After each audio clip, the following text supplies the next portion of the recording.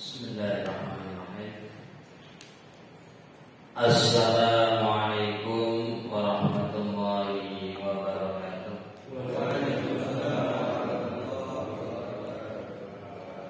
Alhamdulillah, wassalatu wassalamu ala Rasulillah.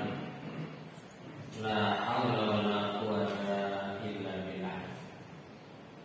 Amma ba'd. Ya ibadallah, usikum wa nafsi bittaqwallah. Faqad fazal muttaqun. Gimana kabarnya Bapak, Ibu, jamaah? Baik, sehat walafiat, alhamdulillah. Itulah nilai nikmat yang luar biasa. Dengan sehat kita bisa melangkahkan kaki ke masjid. Dengan sehat kita bisa thalabul ilmi. Dengan sehat kita terus bisa beribadah, dan mudah-mudahan ibadah kita diterima Allah Ta'ala. Amin.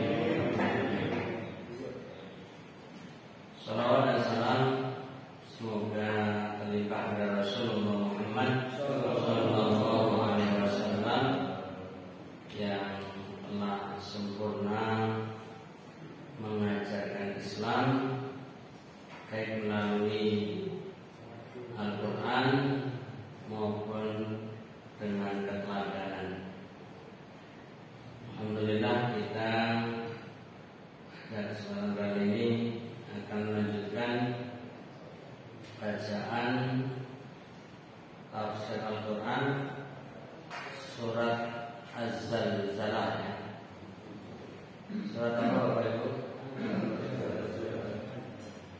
Tapi di buku tulisannya dua. Yang satu Arabnya Az-Zilzal, judul Arabnya coba perhatikan Suratuz Zilzal, tapi ditulis huruf Indonesianya surat Az-Zalzal. Jadi yang Arabnya mengambil dari ayat Al-Quran Zilzal, tapi populernya surat Az-Zalzal. Baik, ini surat Madaniyah 8 ayat.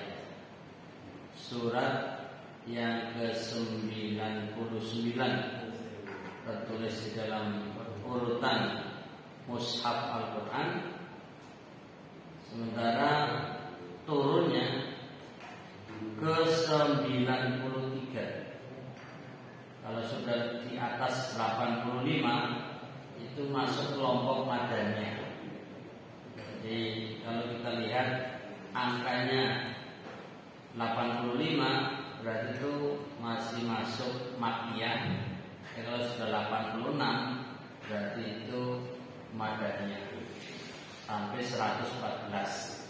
Itu cara melihat angka di bagian kiri. Kalau angka yang di bagian kanan di sini 99 itu adalah urutan di Al-Quran.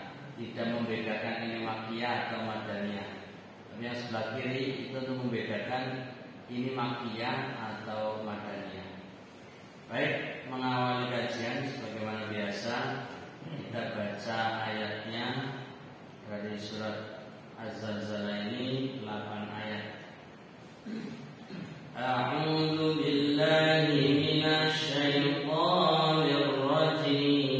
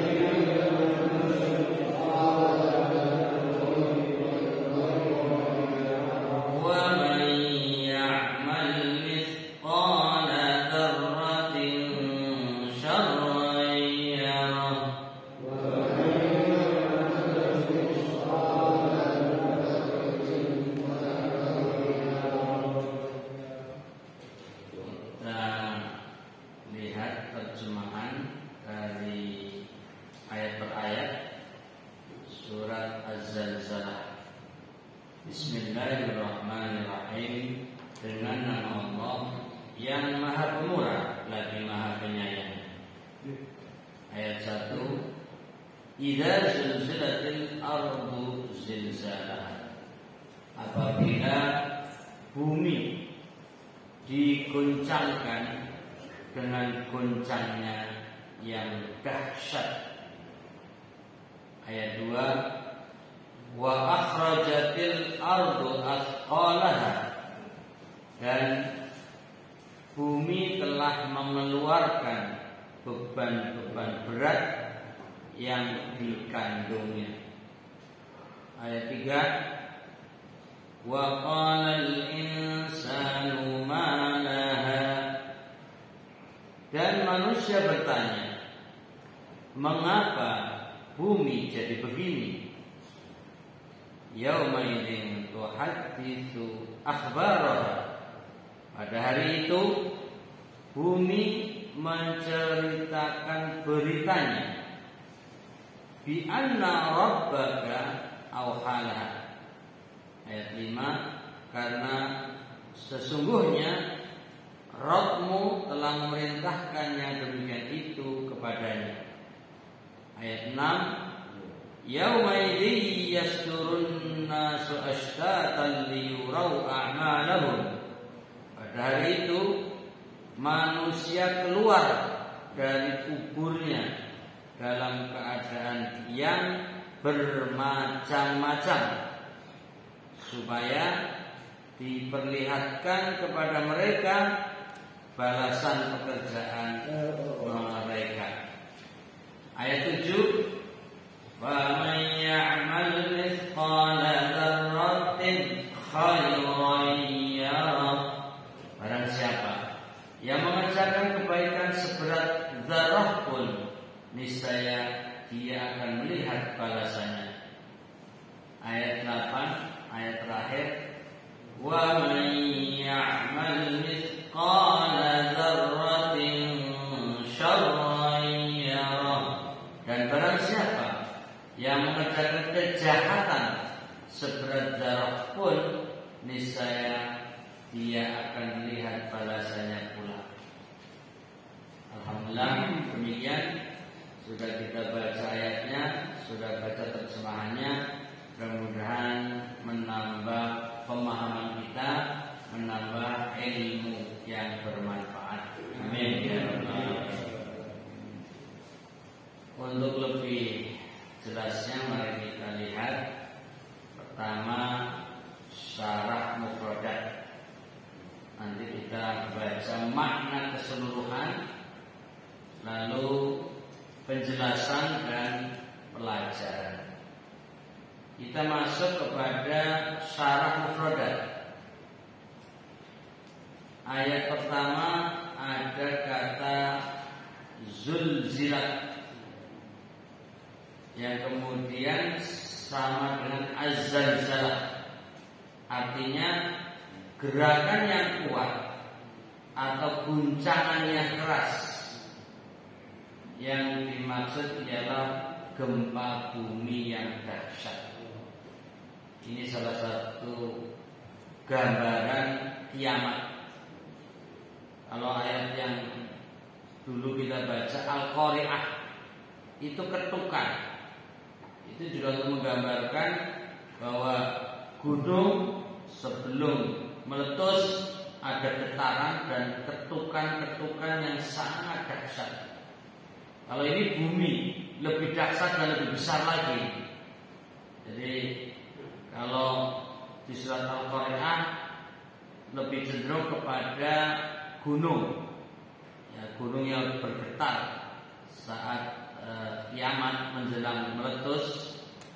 Kalau ayat-ayat yang kita baca ini gambaran tentang kiamat secara khususnya bumi, ya, buminya, jadi gempa. Di sini digambarkan zulzilat. Kemudian bagaimana suasana ketika bumi bergoncang? Wa akhrajatil ardu athqalaha.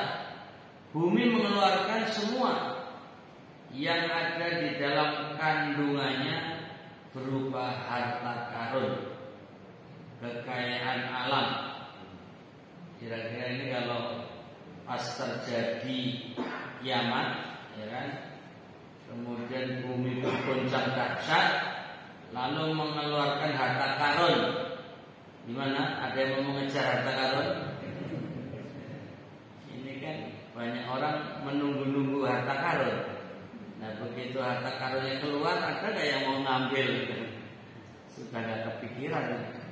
Jadi kondisinya tidak nyaman lagi. Kekayaan alam semua dikeluarkan, ya. Apapun di dalamnya dikeluarkan. Dan yang mengerikan ya, orang-orang yang sudah meninggal itu pun dikeluarkan. Orang-orang mati yang dikubur di dalamnya juga akhrajatil ardu. Jadi bumi akan mengeluarkan. Jadi asqal itu beban. Beban apapun di dalam bumi itu akan dikeluarkan. Dan ingat, bumi ini milik Allah. Dan karena ini kepemilikannya adalah hak Allah, milik Allah, maka sungguhnya bumi bekerja dan bergerak kehendak Allah, kehendak pemiliknya, Allah Ta'ala. Karenanya terjadi gempa yang dahsyat, terjadi kiamat itu adalah atas perintah Allah. Jadi jangan dipikir kita merasa menginjak bumi ini tanpa ada pemiliknya. Dimanapun kita berada, bumi ini secara keseluruhan milik Allah. Terlepas masing-masing orang merasa ini tanahku, ini kaplingku, ini rumah di atas tanahku, ya, ini bangunan besar tanah milikku. Itu hanya pengakuan manusia. Hanya pengakuan dan pembuktiannya dengan surat tanah, sertifikat atau apa saja namanya. Itu hanya kepemilikan sementara. Coba kalau tanah yang sudah terkena gempa, retak-retak, mau nggak mengakui lagi? Contoh di Semeru, ya, lahan sawah, ladang, tanah, rumah milik penduduk yang terkena erupsi, lalu sekarang sudah rata, mau nggak mengakui lagi itu milikku, itu milikku, tinggal lagi di situ, silakan tunggu lahar turun lagi. Kayaknya juga bilang nggak mau. Ya. Bahkan ada salah satu orang yang diwawancari, Bapak akan kembali ke sana? Tidak, itu sudah sebagikan kiamat, katanya.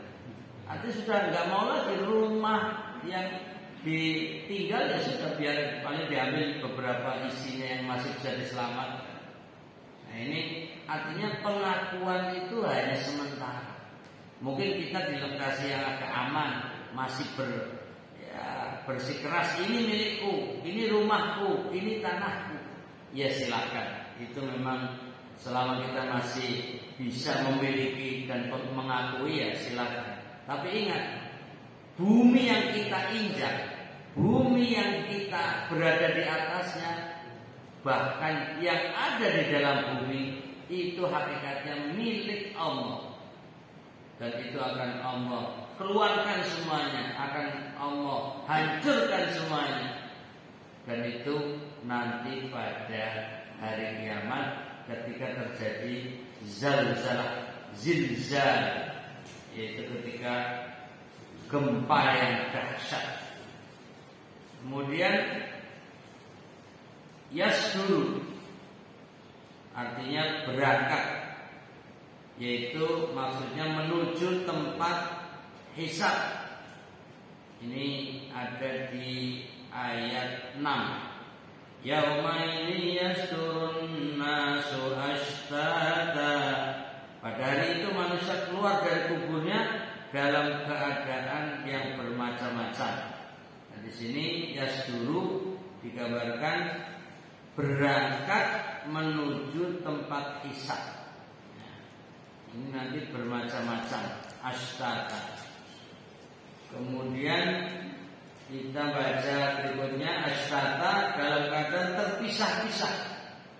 Golongan orang yang beriman dalam satu kelompok. Mudah-mudahan kita yang kelompok beriman nantinya berjalan bersama menuju tempat hisab dengan kompak, dan semuanya kita akan masuk sebagai ahlul jannah. Amin ya rabbal alamin. Mudah-mudahan kekompakan ini terus terjaga, bukan hanya saat-saat seperti ini, tapi sampai Yaumal Qiyamah, sampai di hari akhirat, sampai di dalam surga Allah Ta'ala. Amin ya rabbal alamin.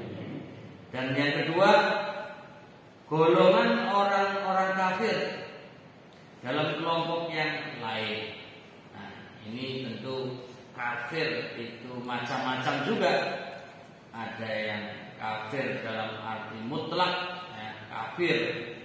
Ada kafir yang beragama, ya, agamanya selain Islam, tapi mereka beragama, tapi agamanya selain Islam, punya keyakinan sendiri dengan berbagai macam keagamaan dan keyakinan. Itu juga termasuk kelompok kafir karena tidak menerima Al-Quran, tidak menerima pengakuan Nabi Muhammad SAW, atau tidak mau mengakui Rasulullah sebagai utusan Allah dan lain sebagainya. Maka mereka juga termasuk golongan orang kafir. Jadi walaupun mereka mengaku kami beriman kepada Allah, iya, dan beriman kepada nabi-nabi terdahulu, iya, tapi untuk membedakan ini orang beriman dalam arti iman yang benar, mau nggak mengakui Muhammad sebagai nabi, mau nggak mengakui Al-Quran sebagai wahyu yang Allah turunkan kepada Nabi Muhammad SAW. Nah, ini kalau mereka tidak mau mengakui, itulah yang disebut kafir.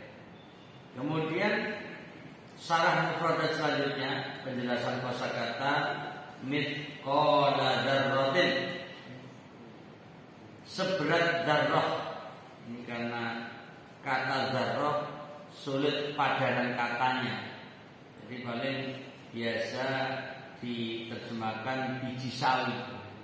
Ini ya untuk menggambarkan kecilnya, tapi maksudnya lebih kecil dari itu sekalipun tetap akan dihisab, akan tetap dilihat. Jadi seberat zarah, yakni bobot yang sangat ringan. Ini وَمَنْ يَعْمَلْ مِثْقَالَ ذَرَّةٍ. Barang siapa yang mengerjakan di sini khairan yara, mengerjakan kebaikan seberat zarah pun, niscaya dia akan melihat balasannya. Dan juga ayat 8, وَمَنْ يَعْمَلْ مِثْقَالَ ذَرَّةٍ شَرًّا يَرَهُ. Dan barang siapa yang mengerjakan kejahatan seberat zarah pun, niscaya dia akan melihat balasannya pula. Nah, ini baik yang dilakukan dengan kebaikan atau dzarrah yang baik maupun dzarrah yang buruk, ya, keduanya akan dilihat Allah. Kemudian terakhir dalam syarah mufradat, liyurau a'malahum, agar mereka melihat pembalasan amal perbuatannya, apakah baik ataukah buruk. Demikian syarah mufradat, kita baca satu persatu. Selanjutnya makna keseluruhan. Apabila bumi bergoncang dengan guncangan yang dahsyat dan bumi mengeluarkan semua yang dikandungnya berupa harta karun, kekayaan alam, dan orang-orang mati yang dikubur di dalamnya, pada saat itu manusia berkata dengan nada terkejut, bercampur takut. Apakah gerangan yang membuat bumi berguncang dan gempa besar seperti ini, serta mengeluarkan semua kandungan yang ada di dalamnya? Maka pertanyaan itu dijawab oleh bumi. Jadi bumi pun bisa berbicara di sini. Yang pada saat itu dapat berbicara seizin Allah, bahwa semua yang terjadi ini tiada lain karena perintah Allah Subhanahu wa taala.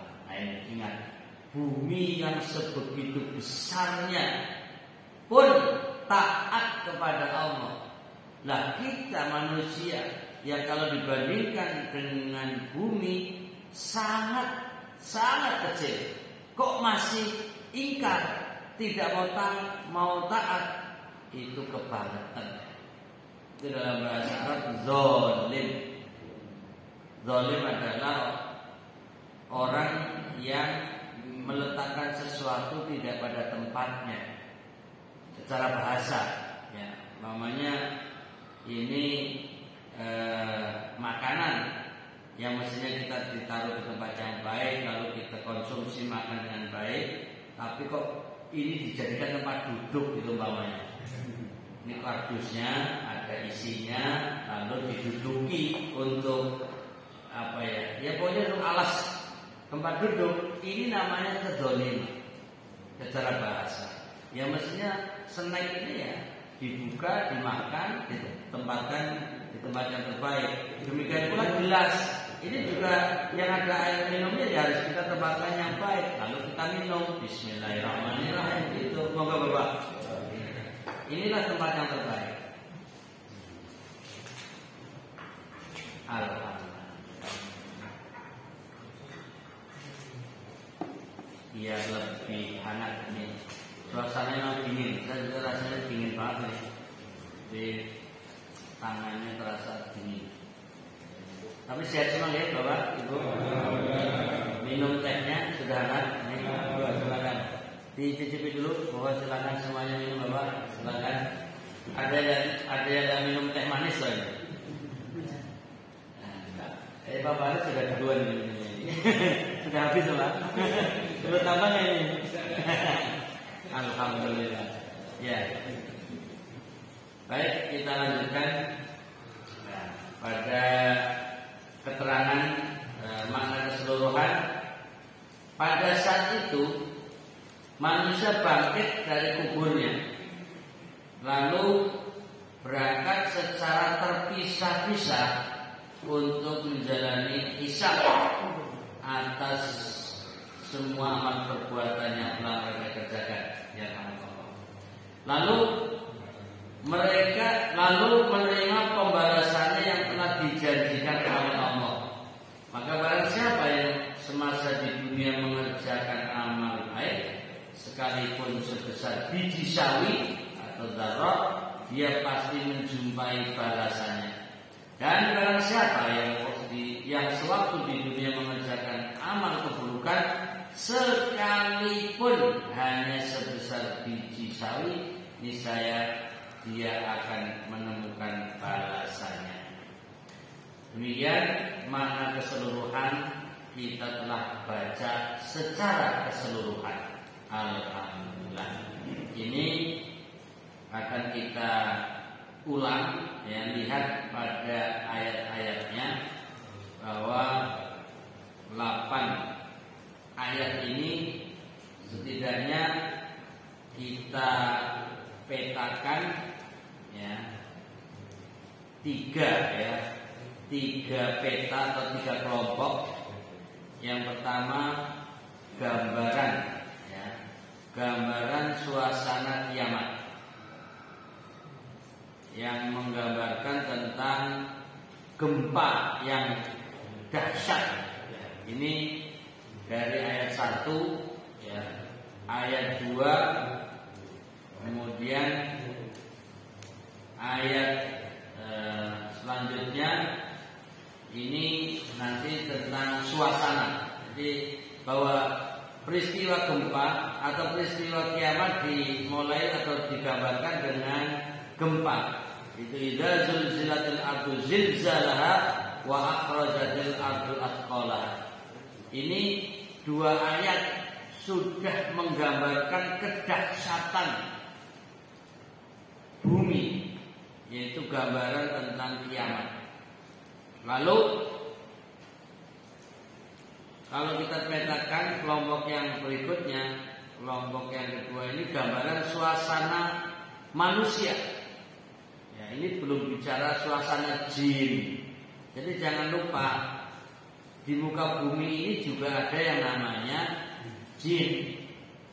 Dan jin juga dimintai pertanggungjawaban di akhirat. Tidak lepas dari catatan. Ya, jadi ini baru bicara fokus kepada manusia kita. Padahal sesungguhnya juga jin-jin itu dalam kondisi yang sama. Mereka ya ketakutan terhadap suasana. Jangan merasa jin kan gak kelihatan, jin kan bisa ini dan itu. Oh, jangan dipikir, jin juga makhluk yang punya perasaan takut. Hanya saja kita nggak melihat. Mungkin kalau kita melihat juga bukan saja takut dengan suasana, takut sama jin juga ya. Mau ke sana ada jin, mau ke sini ada jin, malah bingung sendiri kan. Kalau kita melihat, nah ini jadi jin itu adalah makhluk yang sejajar dengan manusia. Masih ingat kan? Wa ma khalaqtul jinna wal insa illa liya'budun. Dan kata Allah, tidak kuciptakan jin dan manusia. Jadi jin itu makhluk yang lebih dulu diciptakan daripada manusia. Lalu tujuan Allah menciptakan jin dan juga tentu manusia ini tidak lain dan tidak bukan hanyalah untuk beribadah. Kalau beribadah berarti juga melakukan persyaratan-persyaratannya.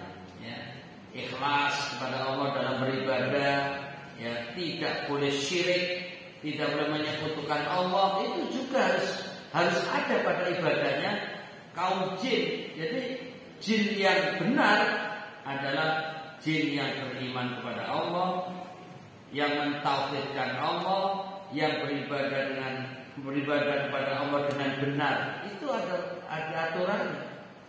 Nah, maksud saya pada ayat ini baru menggambarkan satu makhluk yang bernama manusia. Pertanyaannya, kita ini manusia bukan gitu. Kalau kita merasa manusia, maka ayat ini sesungguhnya sedang menggambarkan suasana kita nanti. Maka di sini dalam peta ayat ini kita kelompokkan menjadi tiga. Tadi tentang buminya yang berguncang dahsyat, lalu kelompok kedua gambaran manusianya. Wa qalal insanu ma laha, dan manusia bertanya, mengapa bumi jadi begini? Ini gambaran ketakutan, ya, suasana manusia. Ya, tentu juga di muka bumi ini ada hewan. Hewan itu sebenarnya punya insting, punya perasaan, punya naluri. Ya. Jadi kalau bahasanya hewan juga punya hanura, gitu. Bukan pakai loh ini. Hewan juga punya hati nurani. Ya, coba yang punya kucing aja gimana? Kucing kalau mau minta makan, nah ini kan mendekati, ya kan, mancing-mancing, lirak-lirik. Itu kucing loh, punya hanura itu. Atau hewan-hewan yang lain yang punya burung, yang punya, artinya hewan-hewan peliharaan yang dekat dengan hewan, paham ini hewan sedang kelaparan, minta makan, minta minum, minta perhatian, punya hanura itu hewan. Artinya ya sama orang yang punya ternak sapi, punya ternak ayam, punya ternak kambing, apa saja unggas semuanya. Itu kelihatan mana yang lapar, mana yang sakit, bahkan yang takut, ya kelihatan. Nah, dalam ayat ini belum bicara itu semua. Mereka juga ketakutan ketika terjadi gempa. Nggak mungkin terjadi gempa, ada burung kok diem saja, mesti terbang lari. Ya, ada hewan, sekalipun macan yang katanya singa, yang katanya raja hutan, ketika gempa apa? Artinya tenang, dia mesti lari juga. Artinya ketakutan. Ibaratnya kalau mereka bisa ngomong akan mengatakan malah. Jadi mereka juga akan bertanya-tanya apa yang sedang terjadi pada bumi ini. Cuma kita lagi fokus kepada yang namanya al-insan, manusia. Jadi baru satu makhluk. Karena ayat-ayat seperti ini memang ditujukan kepada manusia biar ingat dan persiapan, sadar bahwa akan terjadi kiamat yang mengerikan, akan terjadi guncangan bumi yang dahsyat. Dan semuanya bertanya-tanya, yaumaidin tuhadditsu akhbaraha, pada hari itu bumi menceritakan beritanya. Jadi ketika kondisi manusia yang serba takut, ya, karena suasananya mencekam, lalu ya bertanya-tanya ada apa. Nah, yang bumi ini sendiri kemudian bisa bicara. Jadi pada dirinya bumi menghancurkan, pada dirinya bumi mengeluarkan, tapi bersama dengan itu bumi berbicara. Yauma idzin tuhadditsu akhbaraha bi anna rabbaka awhala. Jadi bumi yang mengeluarkan itu tidak semena-mena, tidak serta-merta hanya kehendak sendiri, tapi di sini bahasanya bumi mendapat wahyu. Perhatikan ayat kelima, bi anna rabbaka auha laha. Jadi di sini sungguhnya Rabbmu telah memerintahkan yang sedemikian itu kepadanya. Jadi terjemahan auha di sini memerintahkan. Ya kalau bahasa kita wahyu. Jadi wahyu itu diibaratkan komunikasi dari Allah kepada makhluknya. Baik itu bentuk perintah, ya, bentuk larangan, atau apa saja, itu kemudian disebut wahyu. Allah mewahyukan kepada Nabi Muhammad SAW bisa berupa perintah-perintah, ya, ajaran Islam, ya, seperti sholat, mengeluarkan zakat dan seterusnya. Di samping juga wahyu berisikan larangan-larangan, ya, dilarang judi, dilarang berbuat maksiat dan seterusnya. Itu juga wahyu. Nah di sini kata auha, Allah mewahyukan laha kepadanya, yaitu bumi, itu berupa perintah untuk mengeluarkan isi perut bumi. Jadi saat itu yang namanya bumi mendapatkan wahyu. Bisa jadi gunung-gunung yang meletus seperti Semeru, jangan dipikir itu tidak mendapatkan wahyu. Kesannya memang aneh ya, kok gunung dapat wahyu gitu. Nah ini sedang menceritakan bumi pun dapat wahyu. Jadi kayak gunung Semeru, gunung Merapi yang sedang, kalau bahasa kita guyonannya lagi batuk gitu. Batuknya itu atas perintah Allah, sedang mendapatkan wahyu. Jadi kata wahyu bisa kita ambil dari surat Az-Zalzalah ayat 5, yaitu menggunakan auha bi anna rabbaka auha laha.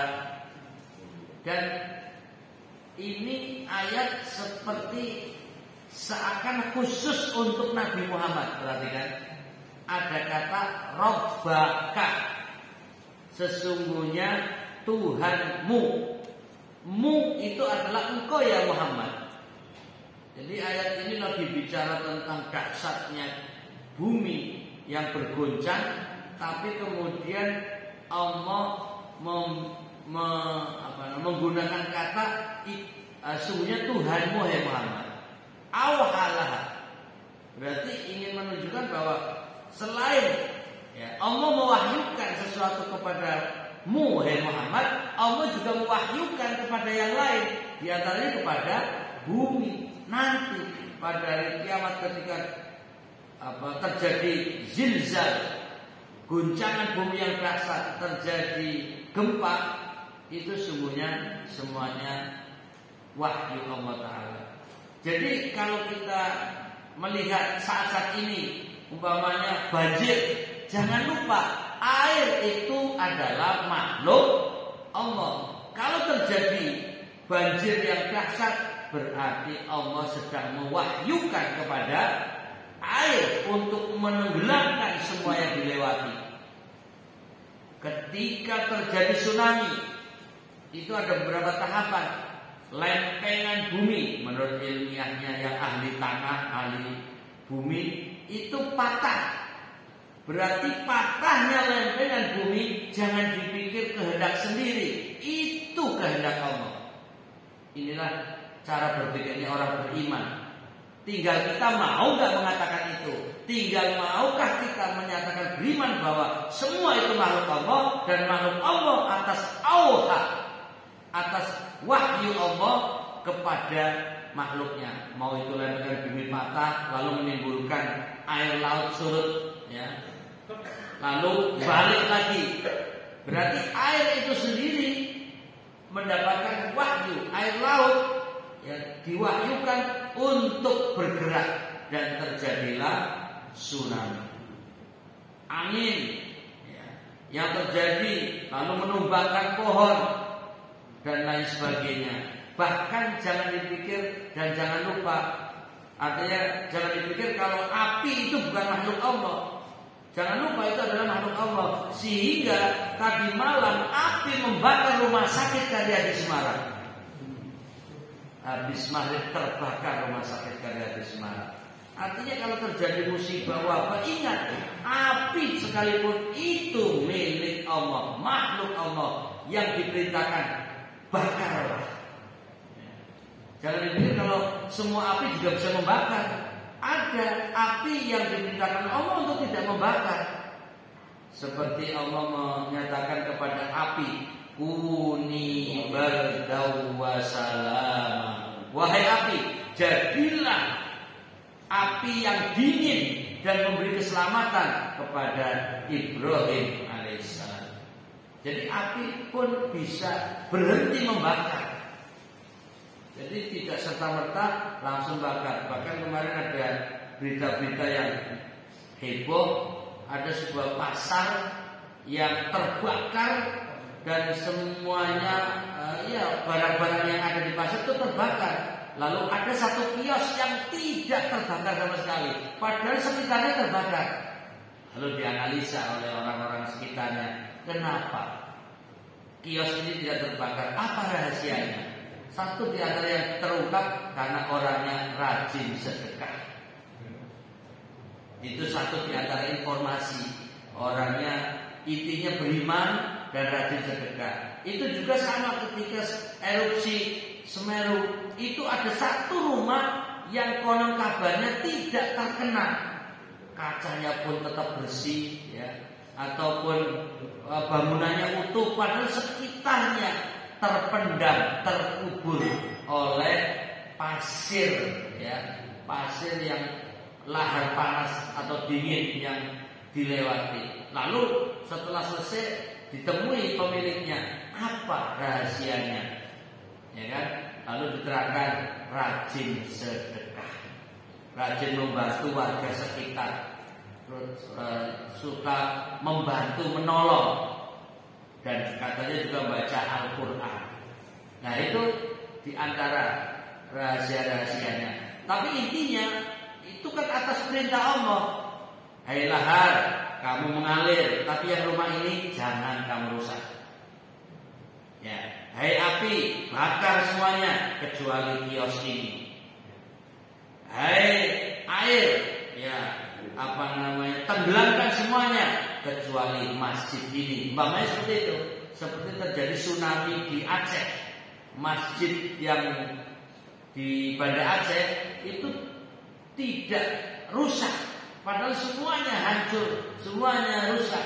Itu air semua atas wahyu Allah. Cobalah kita mulai menanamkan di pikiran kita, mindset kita bahwa semua makhluk itu diberi wahyu Allah. Dasarnya mana? Surat Az-Zalzalah ayat 5. Kita baca bersama-sama. Bi anna rabbaka awhala. Ya, karena sesungguhnya Rabbmu telah memerintahkan yang demikian itu kepadanya. Kalau saya terjemahkan bebasnya, karena sesungguhnya Allah telah memberi wahyu kepada bumi. Nah, kalau bumi bergoncang itu atas wahyu Allah, maka semua ciptaan Allah, alam semesta ini atas wahyu Allah. Artinya makhluk-makhluk itu juga mendapatkan wahyu, baik berupa perintah maupun larangan. Perintah tadi, umpamanya lahar, semua benamkan, ya, kubur habis-habisan di sana. Itu namanya perintah. Lalu jangan yang rumah ini, berhenti, itu larangan. Bakar semuanya kecuali ini, berarti ada perintah, wahyu berupa perintah, ada wahyu berupa larangan yang seketika bersamaan. Ini untuk menggambarkan tentang suasana, ya, terjadinya kiamat, lalu kondisi manusia, ya. Kondisi manusia, yauma ini yasdurun nasu ashtatan liyurau a'malahum. Nah, ini pada ayat 6 dan seterusnya ayat 7 dan 8 ini adalah gambaran proses hisab. Ya, jadi dalam surat Az-Zalzalah kita kelompokkan menjadi 3, ayat 1 dan ayat 2 sebagai gambaran peristiwa, ya, gempa yang dahsyat. Kemudian ayat 3, ayat 4, ayat 5 ini adalah gambaran suasana manusia, ya, suasana manusia. Dan bahkan 6 itu bisa masuk kelompok 2, bisa juga masuk kelompok 3. Tapi kalau kita masukkan ke dalam suasana, bisa masuk menjadi bagian dari kelompok kedua, yaitu kondisi manusia keluar dari kuburnya dalam keadaan bermacam-macam. Kalau kita masukkan dalam kelompok kedua dan kelompok ketiga, kita khususkan pada ayat 7 dan ayat 8, yaitu bahwa ada balasan dari Allah. Baik yang berbuat kebaikan akan melihat dan mendapatkan balasan kebaikan, maupun yang berbuat kejahatan sekecil apapun akan melihat dan mendapatkan balasan. Demikian selesai penjelasan surat Az-Zalzalah. Alhamdulillah. Karena sudah dengan kata selesai artinya plong gitu. Dan kita nanti akan menutup, ya, kajian ini dengan doa. Mari kita baca Rabbana atina fid dunya hasanah wa fil akhirati hasanah wa qina adzabannar. Selanjutnya coba ikuti saya. Allahumma hasibna hisaban yasiro. Amin. Ini kaitannya dengan karena ayat terakhir itu ada peristiwa hisab, maka kita berdoa, ya Allah, hisablah kami dengan hisab yang ringan sehingga kita segera masuk surga. Amin. Demikian. Alhamdulillah, mohon maaf dan batin bila ada hal-hal yang kurang berkenan. Akhirul kalam. Assalamualaikum.